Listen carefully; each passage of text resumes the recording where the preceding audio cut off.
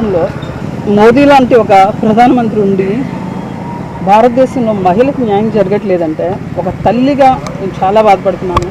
ఒక డాక్టర్ అయిన అమ్మాయి తన జీవితంలో అన్ని డెడికేషన్ చేసి ఒక ఎంజాయ్మెంట్ లేకుండా బుక్స్ ముందేసుకొని 31 years వరకు పాపం తను చదువుతూనే ఉంది. అటువంటి అమ్మాయి ఎవరికి చాలామంది చెప్తున్నారు చిన్న పొట్టి బట్టలు ఎందుకు అమ్మాయిలు వేయాలి, అమ్మాయిలు ఎందుకు వీధుల్లో తిరగాలి, అసలు ఎక్కడ దాయమంటారు ఆడకూతురు వేళ. ఎందుకంటే 6 నెలల పసిపాపం మీద మీరు అటాక్ చేస్తూ ఉంటే, 60 ఏళ్ళ ముసలాం మీద అటాక్ చేస్తూ ఉంటే కఠినమైన చట్టాలు తీసుకురావాలి. ఎందుకంటే ఒక చట్టం చేయడానికి 5 నుండి 7 ఏళ్ళు పడుతుంది. ప్రతి మనకున్న డెమోక్రటిక్లో 5 ఏళ్ళ తర్వాత గవర్నమెంట్ మారిపోతుంది. మారిపోయిన వెంటనే కొత్త ప్రభుత్వం వస్తుంది. ఎవరు చట్టాలు చేయడానికి ఇష్టపడలేదు. కఠినమైన చట్టాలు దయచేసి ఆడపిల్లల కోసం చేయండి. దయచేసి ఇదే నా విన్నపము. ఎవరైతే ఈ దుశ్చర్యలకు పాల్పడ్డారో ఎంతటి వాళ్ళైనా సరే కఠినంగా శిక్షించాలని మేము డిమాండ్ చేస్తున్నాం.